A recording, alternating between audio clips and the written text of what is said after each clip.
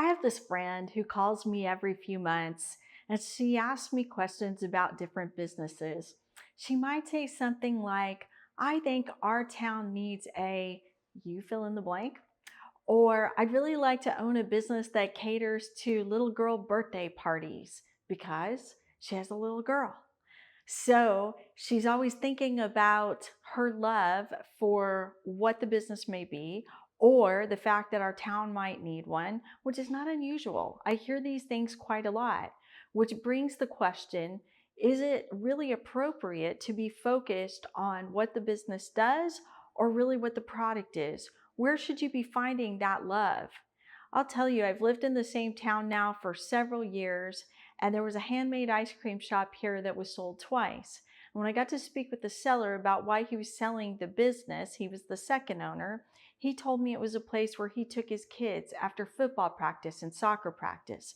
There always seemed to be a line that was out the door, and the ice cream was handmade. It tasted great. And I said, sounds good to me. Why didn't the business work for you? Why now are you wanting to sell? And he said, I never took the time to understand what it was going to take to really run and operate this business. He said, I have a perishable inventory that's difficult to count. Most of my employees are teenagers. He said, that's no big deal, except that if they don't show up for work, their mom or dad's going to give them the money anyway. And he said, I actually found myself standing behind the counter scooping ice cream. And I had never imagined in owning this business that that's what I would be doing.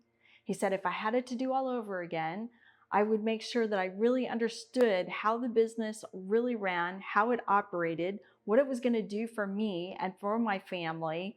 And I'd make sure I was on top of that hiring too. So it's not always about what the product is or what the business is. Sometimes there's an intersection, but there are going to be many times you're going to look at businesses where there is no intersection. And you should be looking for how you're going to run and operate that business and what that business is going to do for you. Please scan the QR code that you see here. Let's talk about it.